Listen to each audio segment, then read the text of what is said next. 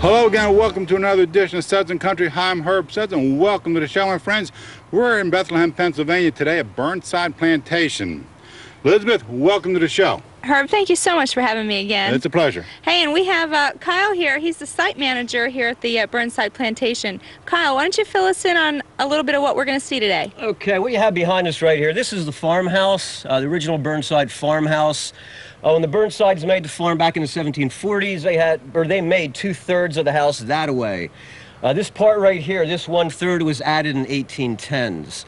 Also, over there we have our summer kitchen from the 1820s. Down here we have our colonial butterfly garden. Over on the side over here we have our orchard. We have all 4 varieties, which are very, very popular back during the 1700s, early 1800 period. Who did the research on all this?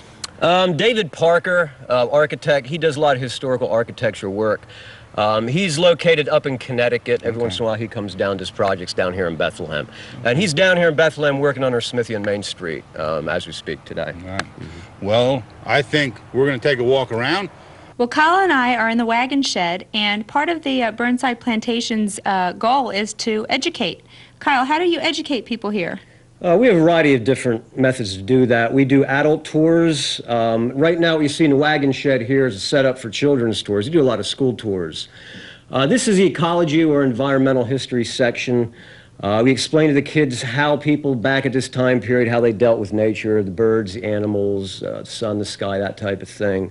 We also try to get the idea across that recycling is nothing new. Recycling has been going on since the beginning of time, really. And that's what you see set up right here in the room right now. And how long does a tour last for a group of school children? School children, say 3 to 3.5 hours. Each section is a half an hour. I do a section in here for half an hour, one in the house, one in the barn, one in the summer kitchen, and of course their favorite, the high horsepower wheel, pushing it around just like we did not too long ago. Well, it sounds like a fun day for the kids. It is. They love it, and they love it. And I like it, too. Well, they're not the only ones that have fun out here. Yeah. Well, Kyle, as we continue the educational part of Burnside Plantation, what's behind us? This device back here, it's a lye leaching hopper. Basically what you would do is line it with an old sail or old corn husks or so, put on the inside ashes, what I got from the fireplace. You separate the ashes from the charcoal, use the charcoal for other things. But the ashes, you'd place that on the inside here. And when it rains, the water would run through the ashes, come down through the channel. Don't forget to put your bucket down here. And you'd collect lye water in there. You can make soap with that, or you can bleach linen with that lye water. We talk a lot about soap making with our children's programs.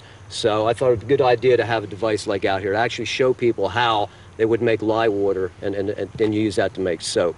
Boy, they didn't waste anything, did they? Not too much. The ashes they even put to work. Ashes and charcoal. I was working with charcoal earlier, as you can tell. Yeah, they didn't waste too much. Didn't waste too much.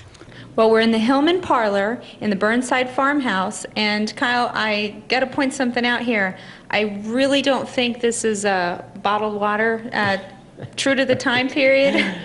That's also part of our children's programs. We have them come through the farmhouse here. It's a little game we play with them, see if they can identify things like such that did not belong in an 1818 parlor.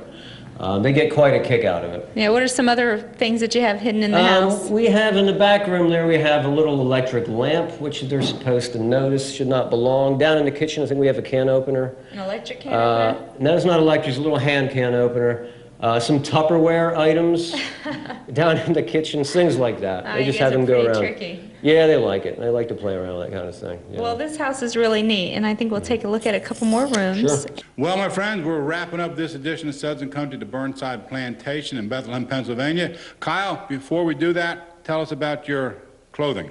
I'm dressed as a typical Moravian farmer, probably in the late 1700s. Tended to wear these very utilitarian type hats instead of the tricorn, which most people are familiar with 1700s.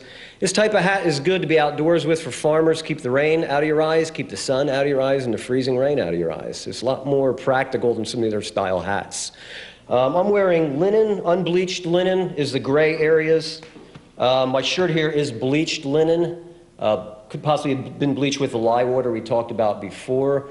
I do have stockings on in the back here. I'm also wearing what are also known as country boots. Basically, you can think of them as low-budget boots. They had these things a lot of times back at this time period they called gaiters. The military wore them a lot. It's basically just protection. Extra protection for your shins if you're out walking around in the woods or cutting firewood or something. I think I do have some stickers. If you take a look down there, they are loaded with stickers. So these things actually do work. They do help protect your shins and your stockings. My footwear is pretty typical of the time as well. This is where I would keep my car keys.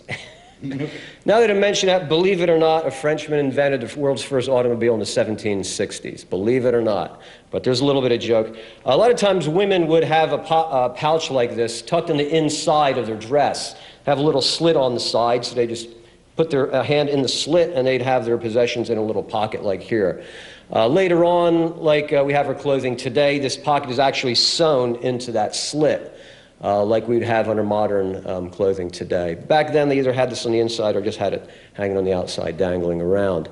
A lot of the material would have been made on a wheel similar to what we have right here. This is a walking wool wheel, usually associated with wool. What I'm wearing is linen. You certainly could have spun linen on a machine like this as well if you wanted to, but wheels like this are more associated with wool. Well, thank you, Kyle, for being on the show. Appreciate it. You're a great host. You're a great interpreter of the era that we're here. Thank you. What's the website? www.historicbethlehem.org. Okay. Anybody wants to find out more about the Burnside Plantation? You heard the website. It'll be in the credits at the end of the show. Elizabeth, thank you very much. Herb, thanks for having me again. It's a pleasure having you on the show as usual.